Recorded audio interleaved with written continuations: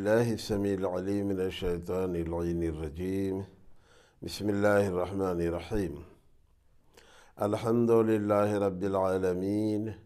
الصلاة والسلام على أشرف الأنبياء والمرسلين سيدنا ومولانا حبيب إله العالمين وآله الطيبين الطاهرين المعصومين المظلومين واللعنة الله على أعدائهم أجمعين.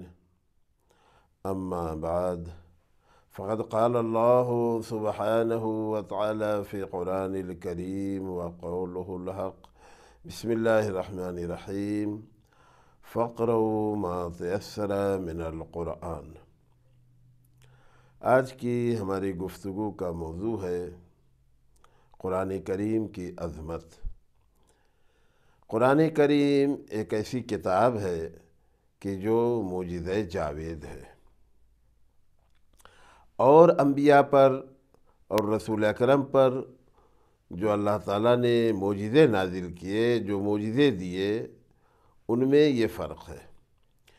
دوسرے انبیاء کے معجزات ان کی زندگی تک محدود تھے، لیکن رسول اکرم چونکہ آخری نبی ہیں، آخری رسول ہیں، ان کے بعد اب نہ کوئی شریعت آئے گی اور نہ کوئی دین آئے گا اور نہ کوئی کتاب نازل ہوگی۔ لہذا قرآن کو جو اللہ تعالیٰ نے رسول اکرم کا معجزہ قرار دیا ہے، تو یہ معجزہ بھی زندہ جاوید ہے۔ جب تک شریعت محمدی دین محمدی رہے گا، شریعت محمدی رہے گی، تب تک یہ قرآن بعنوان معجزہ رہے گا۔ دوسرے انبیاء معجزہ ان کے ساتھ تھا، معجزہ لے کر کے آئے، اور اہم معجزات تھے۔ دو تین کا مثلا تذکرہ: جناب موسیٰ، جن کی بہت زیادہ قرآن نے تمجید کی ہے، بڑی تعریف کی ہے، اور یہ اللہ تعالیٰ نے اعلان کر دیا کہ بنی اسرائیل پر، یعنی قوم حضرت موسیٰ پر جو نعمتیں ہم نے دی ہیں، ان سے پہلے کسی بھی امت کو یہ نعمتیں نہیں ملی تھیں۔ جناب موسیٰ کا مقام اور ان کی عظمت، اسی سے آپ اندازہ لگا سکتے ہیں کہ پورے قرآن شریف میں سب سے زیادہ نام جناب موسیٰ کا آیا ہے۔ 136 مرتبہ نام، تذکرہ نہیں، تذکرہ بہت زیادہ، اشارہ بہت زیادہ ہے، صراحتاً موسیٰ 136 مرتبہ قرآن میں ذکر ہوا ہے۔ سب سے زیادہ نام جناب موسیٰ کا آیا ہے۔ جناب موسیٰ کا معجزہ بچے بھی جانتے ہیں، سبھی واقف ہیں۔ مثلا ایک اہم معجزہ ان کا عصا۔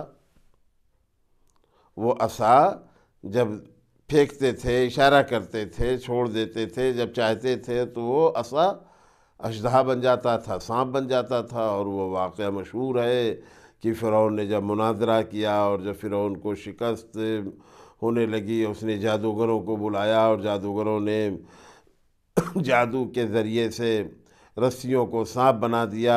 اس وقت جناب موسیٰ نے اپنے عصا کو پھینکا، اور عصا وہ سانپ بن گیا اور سارے سانپوں کو کھا گیا، اژدہا بن کر کے سارے سانپوں کو کھا گیا۔ یہ بہت ہی اہم معجزہ تھا جناب موسیٰ کا۔ لیکن جیسے ہی جناب موسیٰ اس دنیا سے رخصت ہوئے، ان کی رحلت ہوئی، ان کا انتقال ہوا، وہ عصا بھی عصا رہ گیا۔ اب وہ سانپ نہیں، کیونکہ وہ چاہے ان کے ہاتھ کا اثر رہا ہو یا معجزہ ان کی زندگی سے محدود رہا ہو، ختم ہو گیا۔ جناب عیسیٰ کا معجزہ، اس وقت طبابت بڑے زور و شور پر تھی، بڑا عروج تھا طبابت کا۔ جناب عیسیٰ کو اللہ تعالیٰ نے شفا کا معجزہ دیا تھا، مریضوں کو شفا دے دیا کرتے تھے، کبھی زبان سے، کبھی ہاتھ سے، کبھی کچھ، حتیٰ یہ کہ مردوں کو زندہ کر دیا کرتے تھے۔ لیکن یہ ان کا اہم معجزہ ان کی ذات تک تھا۔ لیکن حضور اکرم کا معجزہ چونکہ آخری نبی تھے، ان کی شریعت آخر زمانے تک رہے گی، لہذا قرآن بھی آخر زمانے تک۔ تو قرآن اس طریقے سے معجزہ کہ قرآن کا دیکھنا عبادت، النظر الی المصحف عبادت۔ کوئی شخص مثلا فرض کر لیے کہ جاہل مطلق ہے، اب اس بحث میں نہیں جانا ہے کہ اس کی جہالت کس بنا پر ہے، لیکن جاہل ہے، پڑھ نہیں سکتا قرآن، لیکن قرآن سے کسب فیض کرنا چاہتا ہے، قرآن سے ثواب حاصل کرنا چاہتا ہے، تو وہ قرآن کو صرف دیکھے، قرآنی اوپر صرف انگلی پھیرے تو اسے ثواب ملے گا۔ یہ قرآن کا پڑھنا عبادت، ثواب، قرآن کا لکھنا عبادت، ثواب۔ کوئی شخص لکھنا بھی نہیں جانتا، پڑھنا بھی نہیں جانتا، سن تو سکتا ہے، قرآن کا سننا بھی بہترین عبادت۔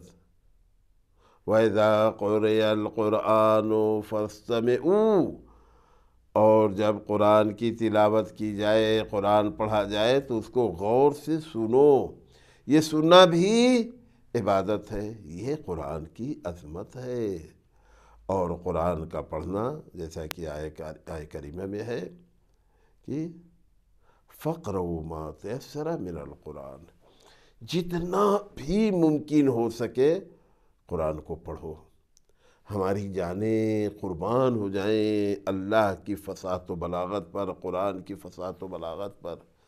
غور کریں، کسی قسم کی قید نہیں ہے کہ ہر روز ایک پارے کی تلاوت کرو، ہر روز ایک رکوع کی تلاوت کرو، ہر روز ایک سورہ کی تلاوت کرو، بلکہ اللہ تعالیٰ اپنے بندوں پر مہربان ہے، بندوں کو آزاد چھوڑ دیا ہے، اس بندے کو اس کے ذوق کے حوالے کر دیا ہے۔ ہمارا زیادہ دل چاہتا ہے قرآن پڑھنے کا، زیادہ پڑھیں، ایک پارہ نہیں، دو پارہ نہیں، بلکہ 10 پارہ۔ بہت سے ایسے علماء مراجع بزرگان ہوئے ہیں کہ روزانہ 10 پارے کی تلاوت کرتے تھے۔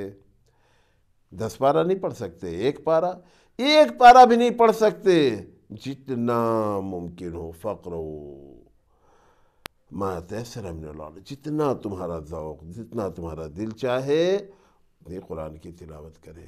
تو آئیے ہم دعا کریں کہ بار الہ ہمیں زیادہ سے زیادہ قرآن پڑھنے، قرآن سیکھنے، قرآن حفظ کرنے، قرآن پر عمل کرنے کی توفیق عنایت فرما۔